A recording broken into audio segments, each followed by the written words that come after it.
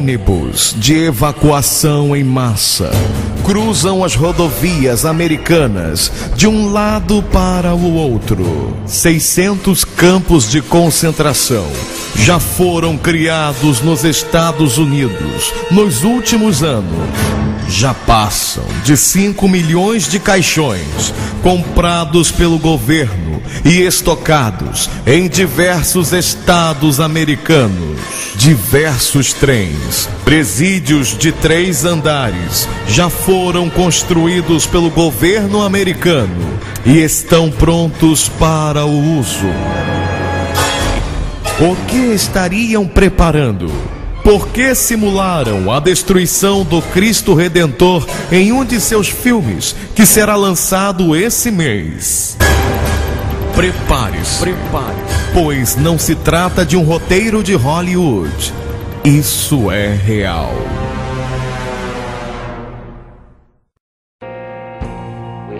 Nós temos à nossa frente a oportunidade de construir para nós mesmos e para gerações futuras uma nova ordem mundial. Um mundo onde a lei da verdade, e não a lei da selva, governará as nações. Quando atingirmos nosso objetivo, e o atingiremos, teremos uma oportunidade única com essa nova ordem mundial. Uma ordem que uma poderosa organização de Nações Unidas poderá usar seu papel de guardadora da paz para levar a cabo os objetivos dos fundadores dos Estados Unidos. Uma nova ordem mundial. Esse é o compromisso dos líderes das maiores potências do mundo, que representam 90% da economia global. De acordo com os representantes, a reunião do G20 mudou as regras do jogo. Hoje, os maiores países do mundo concordaram em um plano global de recuperação e reforma. O presidente Lula abriu o Fórum Econômico Mundial na América Latina, defendendo uma nova ordem para o mundo. Porque o governo dos Estados Unidos e a mídia controlada mentiria para nós sobre o que realmente aconteceu em 11 de setembro de 2001. Desde a criação do Fundo Nacional em 1913, várias guerras pequenas e grandes começaram. As 3 maiores foram as Primeiras e Segunda Guerras Mundiais e a Guerra do Vietnã. Primeira Guerra Mundial. Em 1914, guerras começaram centradas na Inglaterra e na Alemanha. O povo americano não queria nada com essa guerra. Por isso, o presidente na época, Woodrow Wilson, declarou neutralidade. No entanto, por baixo dos panos, ele e sua administração na época buscavam uma desculpa qualquer para tomar parte na guerra. Observações feitas pelo secretário de Estado William Jennings dizia que os maiores bancários estavam muito interessados na Guerra Mundial pela oportunidade que oferecia de obter enormes lucros. É importante entender que a coisa mais lucrativa que pode acontecer para banqueiros internacionais é a guerra, já que força os países a tomar ainda mais empréstimo do Fundo Nacional com juros. O assessor principal e mentor Woodrow Wilson, o coronel Edward House, um homem com íntimas ligações aos banqueiros internacionais que queriam entrar na guerra. Em um documento contendo conversa entre ele e o principal assessor de Wilson, C. Edward Grey, secretário de Exterior na Inglaterra, sobre como envolver os Estados Unidos na guerra. Grey disse: o que os americanos pensarão se alemães afundassem um transatlântico contendo passageiros americanos? House responde: eu acho que uma onda de indignação varreria os Estados Unidos, e isso por si só já seria o suficiente para levar-nos à guerra. Então, em 7 de maio de 1915, seguindo as sugestões do Sr. Edward Grey, um navio chamado Lusitânia foi levado ao território marítimo alemão, onde eram mantidos navios militares alemães. Submarinos alemães lançaram torpedos no Lusitânia. A explosão da munição matou 1.200 pessoas. Para entender melhor a natureza dessa armação, a embaixada alemã pôs avisos no New York Times que alertavam a população para não embarcar no Lusitânia por haver risco de ataque, já que seu destino era a Inglaterra, passando pela zona de guerra. Em resposta, como era antecipado, o fundamento do Lusitânia causou uma onda de ódio na população americana, e os Estados Unidos entraram na guerra logo após.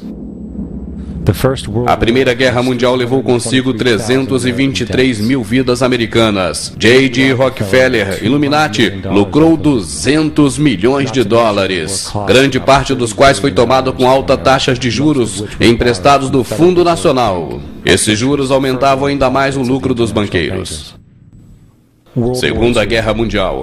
Em 7 de dezembro de 1941, o Japão atacou a frota americana em Pearl Harbor, e isso causou a entrada dos Estados Unidos da América naquela guerra. O presidente Franklin Roosevelt declarou que o ataque foi um dia que será lembrado para sempre como infame.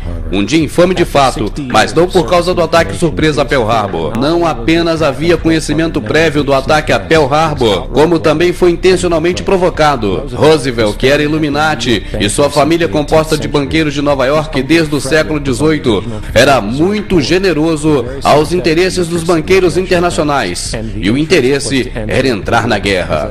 Como vimos, nada é mais lucrativo do que as guerras internacionais. Retirada do diário oficial do secretário de guerra de Roosevelt, chamado Jim Sumner, datado de 25 de novembro de 1941, uma conversa entre Roosevelt. A pergunta é como deveria manipular o Japão a disparar o primeiro tiro. Nos meses que se seguiram ao ataque de Pearl Harbor, Roosevelt havia feito tudo o que podia em seu poder para enfurecer os japoneses e levá-los a uma postura agressiva. Ele suspendeu todas as importações de petróleo americano, congelou todos os ativos circulantes japoneses nos Estados Unidos, fez empréstimos públicos aos chineses e forneceu ajuda militar aos britânicos, ambos inimigos dos japoneses na guerra. Exatamente 3 dias antes do ataque, a inteligência australiana informou Roosevelt de que havia uma operação militar japonesa em direção a Pearl Harbor.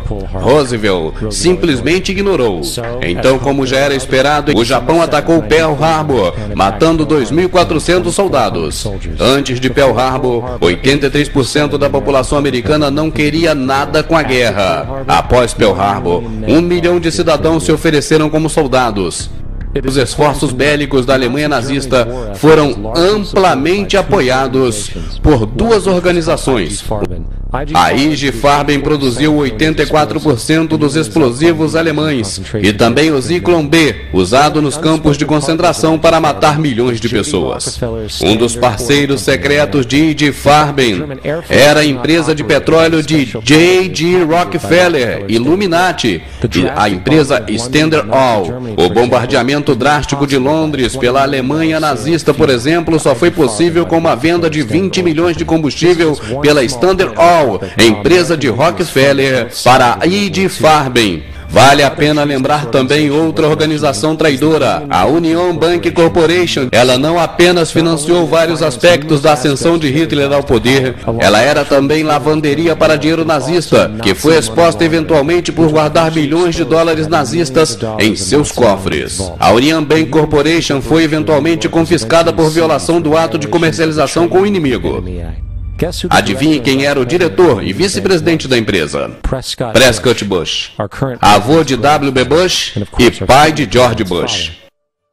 Tenha em mente, além disso, considerar a moral e a posição política que desempenha a família Bush nos Estados Unidos. Vietnã. A declaração oficial da guerra contra o Vietnã, feita pelos Estados Unidos, veio a partir de um suposto incidente envolvendo o ataque de 2 destroyers americanos por barcos PT norte-vietnamitas no Golfo de Tonkin. Apenas isso foi o pretexto cataclísmico para a mobilização de gigantescas tropas de um enorme aparato de guerra. Um problema, no entanto: o ataque dos destroyers americanos por barcos PT vietnamitas jamais ocorreu. Foi um evento totalmente encenado para servir de desculpa para aquela guerra. O ex-secretário de Defesa Robert McNamara declarou anos depois que o incidente de Tonkin foi um erro, enquanto vários outros membros internos se pronunciavam revelando que foi tudo uma farsa. Declarada a guerra, voltemos aos negócios. O presidente Lyndon Johnson suspendeu as restrições comerciais ao bloco soviético. Por consequência, a empresa financeira de Rockefeller financiou fábricas da União Soviética, usadas para a fabricação do equipamento fornecido aos vietnamitas.